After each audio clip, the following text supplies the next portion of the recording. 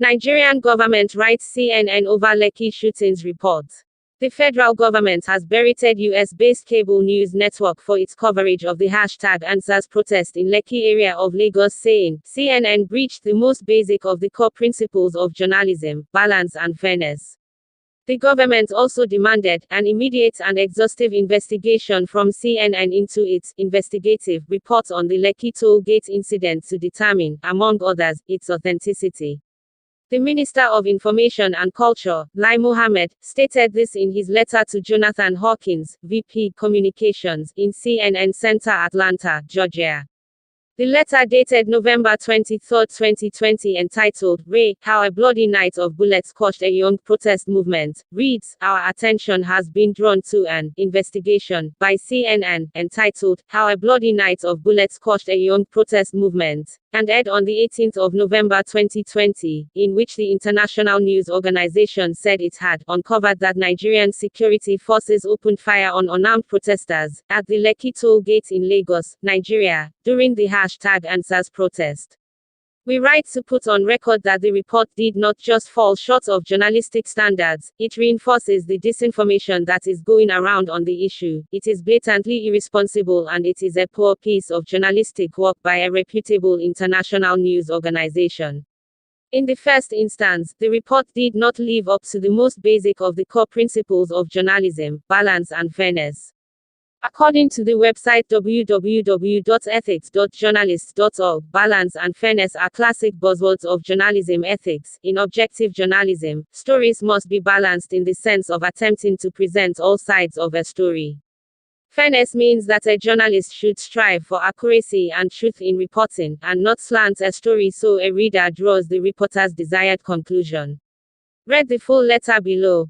The 23rd of November, 2020. Mr. Jonathan Hawkins, VP Communications, CNN Center, Atlanta, Georgia, U.S. i.e., How a Bloody Night of Bullets Quashed a Young Protest Movement. Our attention has been drawn to an investigation by CNN entitled, How a Bloody Night of Bullets Quashed a Young Protest Movement, and aired on the 18th of November 2020, in which the international news organization said it had uncovered that Nigerian security forces opened fire on unarmed protesters at the Lekki toll gate in Lagos, Nigeria, during the Answers protest. We write to put on record that the report did not just fall short of journalistic standards, it reinforces the disinformation that is going around on the issue, it is blatantly irresponsible and it is a poor piece of journalistic work by a reputable international news organization. In the first instance, the report did not live up to the most basic of the core principles of journalism, balance and fairness. According to the website www.ethics.journalists.org, balance and fairness are classic buzzwords of journalism ethics. In objective journalism, stories must be balanced in the sense of attempting to present all sides of a story. Fairness means that a journalist should strive for accuracy and truth in reporting, and not slant a story so a reader draws the reporter's desired conclusion. Rushing to such a momentous story without presenting the government's side is inexcusable and indefensible. CNN said it contacted over 100 protesters and family members, but did not speak to one official of Nigeria's federal government. While CNN said there was no response from the army and that officials of Lagos State would not speak in view of the judicial panel that is investigating the matter, it did not say what efforts it made to speak with any official of the federal government. The truth is that CNN did not even attempt to reach the federal government. Nima El-Bagher, who presented the report and most probably led the investigation, is conversant with the Minister of Information and Culture, who is also the spokesman for the federal government of Nigeria, yet did not say that she even tried to reach the minister.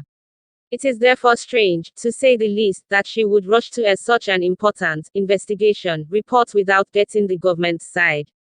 In other words, Nima, and by extension CNN, breached the most basic of the core principles of journalism, balance and fairness. Another serious breach by CNN, in its investigation, is that the network relied heavily on unverified footages it harvested from social media. CNN was not present at the Lekki toll gate on the night of the incident. Neither its reporter nor cameraman was there, but it relied on eyewitnesses. Well, this is fraught with danger. While experts say eyewitness testimony is a potent form of evidence, it is also subject to unconscious memory distortions and biases. Unlike CNN, a reporter from the British Broadcasting Corporation (BBC) Pidgin Service, Damilola Banjo, was at the Lekki toll gate on the night in question, and was quoted as saying soldiers shot sporadically into the air and not at the protesters, a direct contradiction of the position taken by CNN, who relied on second and third-hand information. In airing its investigative report, CNN conveniently forgot that on October 23, 2020, it emphatically tweeted, from its verified Twitter handle, that the military killed 38 people when it opened fire on peaceful protesters on Tuesday, October 20, 2020. Almost a month later, the same CNN, after a supposedly exhaustive investigation, is now reporting only one death from what the world was made to believe was a massacre. Is CNN not embarrassed by this sharp climb down? Has CNN owned up to this and apologized for its faux pas? It is also interesting that while CNN obtained footage showing when the vehicles carrying soldiers left their barracks and arrived at the Lekki toll gate, it could not obtain any footage showing the bodies of those supposedly killed in the massacre. After all, forensic ballistic experts will most likely testify that firing military-grade weapons into a crowd will not leave anyone needing a microscope to look for blood or bodies at the scene. CNN has said it stands by its story, and that our reporting was carefully and meticulously researched. This is baffling, considering that the story lacks fairness and balance, as we have pointed out, and that the organization relied heavily on manipulated social media videos. This resort to an escapist cliché seems more like a face-saving measure by an otherwise respectable news network caught in the blinding glare of fake news and disinformation headlamps. Or how else does one explain the arrogant defense of an international news network that would not even respect the most basic principle of journalism? One of CNO's star eyewitnesses in its investigative reporting is DJ Switch. Unknown to CNN, DJ Switch's story on the Lekki toll gate shooting has changed several times. From claiming she counted 78 bodies of protesters who were supposedly killed by soldiers on the night of the Lekki toll gate incident, she has twice, at least, changed the casualty figure from 78 to 15 and then to 7, without a shred of evidence. CNN cannot pretend not to know that for anyone to act as a witness, his or her credibility must be unimpeachable. DJ Switch's credibility does not meet that threshold. In one of social media videos of DJ Switch that was used by CNN, see attached link 1, the lady, DJ Switch, claimed she and some unnamed persons carried dead bodies and dropped them at the feet of the soldiers. She also claimed she spoke to their commander before the soldiers threw the bodies into the vans. Curiously, for someone who was streaming live on Instagram during the Lekki toll gate incident, there was not a single video or picture of the dead bodies. Not even Godson Uyi, another CNN star witness whose video was also used by the network, or any of the hundreds of protesters, all armed with smartphones, at the scene recorded a video or shot a picture of dead bodies being carried away by soldiers. Talking of Godson, despite claiming to have analyzed hours of footage, it is curious that CNN conveniently left out key parts of Godson's 57 minutes, 5-second video, see attached link 2. For example, 13 minutes, 40 seconds into the video, there were voices, in street lingo, in the background telling Godson that the gunshots were not from the soldiers, na boys they shoot, that na local gun sound, it's boys, meaning touts and hoodlums, who are shooting. That's local gun. Some 20 minutes, 14 seconds into the video, Godson confirmed that the boys had brought out their guns and were shooting. Local Oka, he called it. Some 23 minutes, 14 seconds into the video, Godson said, wait, all these boys they shoot, meaning gunshots rammed out from the touts, hoodlums. CNN, in its rush to nail soldiers and tell a radically different story, conveniently left out these parts of the Godson video, which could have shown that armed hoodlums invaded the Lekki toll gate that night, and could have hit any of the protesters as they shot sporadically.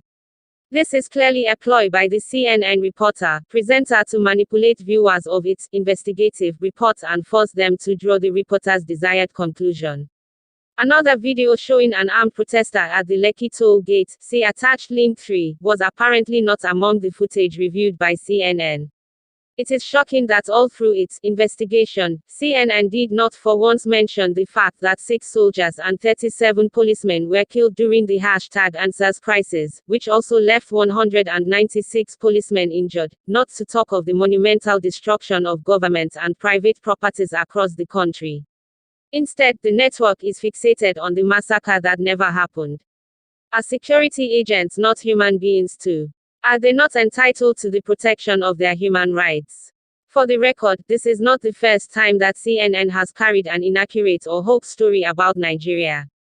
In February 2007, Nigeria accused CNN of staging one of its reports from the country's Niger Delta region, showing gunmen holding 24 Filipinos hostage.